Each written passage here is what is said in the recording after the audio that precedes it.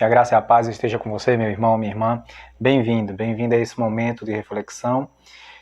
Hoje eu recebi a notícia, né, acho que todos nós recebemos, sobre a possível retomada, né, dos trabalhos agora a partir do dia 22. Estamos orando, né, para que isso realmente se concretize, daqui para lá ninguém mude de ideia, e que a gente possa realmente retomar algumas atividades da nossa igreja. Não vamos voltar com a estrutura anterior, pelo menos não de imediato, até para a gente poder ir sentindo, ver como é que estamos reagindo, né, como a população vai reagir também a esse momento, mas espero que por esses dias nós vamos fazer o comunicado, né, oficial de como vamos retomar as atividades em nossa igreja. Graças a Deus, né, estamos chegando no momento, eu creio que o governo está aguardando aí para ver como é que vai funcionar, né, a demanda a partir da liberação do comércio, essa semana a segunda etapa. Vai ter também nos próximos dias a liberação dos parques e também de praias, essas coisas, né?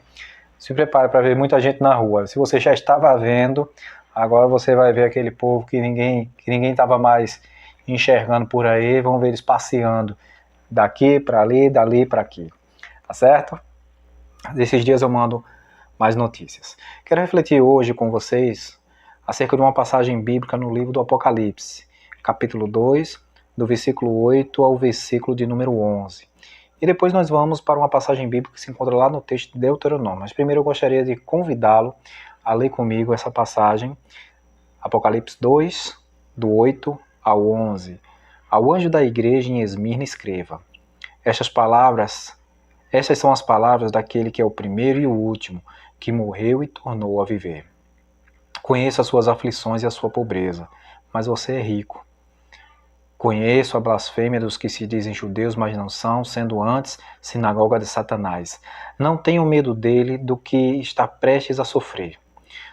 O diabo lançará alguns de vocês na prisão para prová-los, e vocês sofrerão perseguição durante 10 dias.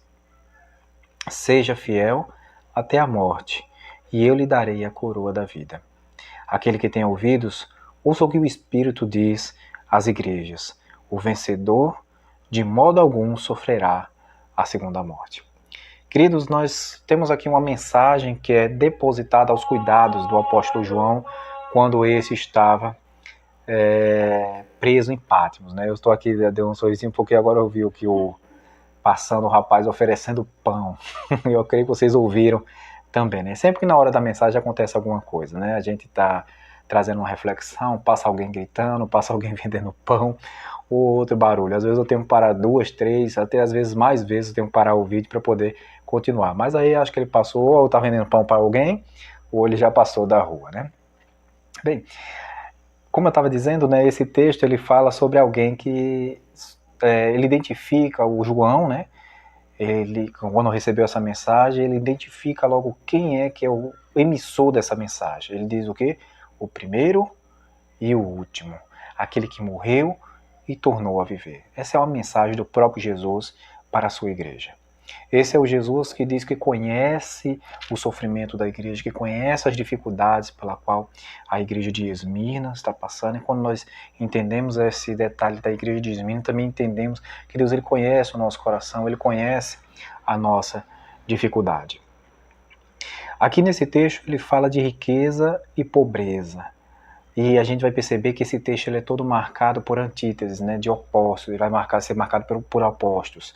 Por um lado a gente vê logo iniciando, né, o primeiro e o último, né, dois opostos. Aí agora nós vemos a segunda marcação, né, da riqueza e da pobreza, percebendo que o mundo muitas vezes nos enxergam como pobres. Até somos, materialmente falando.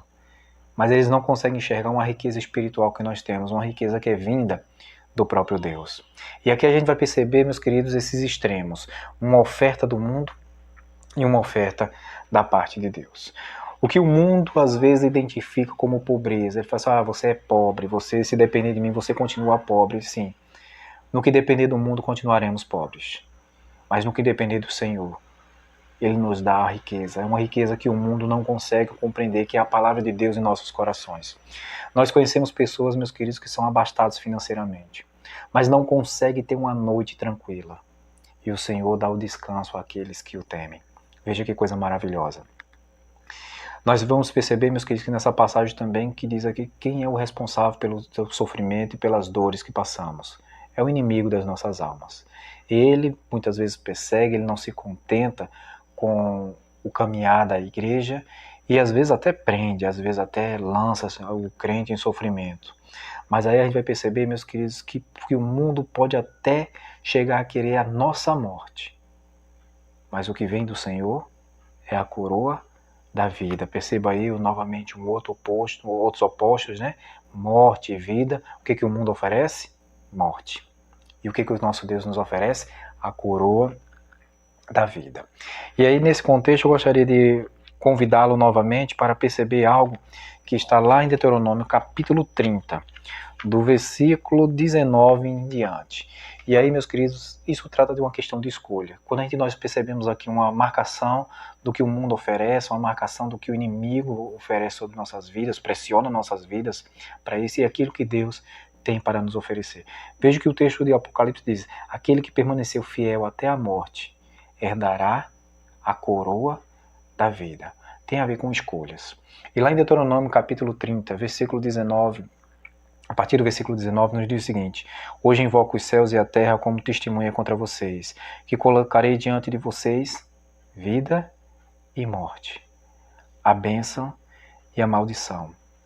Agora escolham a vida, para que vocês e os seus filhos vivam, e para que vocês amem o Senhor, o seu Deus, e ouçam a sua voz e se apeguem firmemente a Ele, pois o Senhor é a sua vida.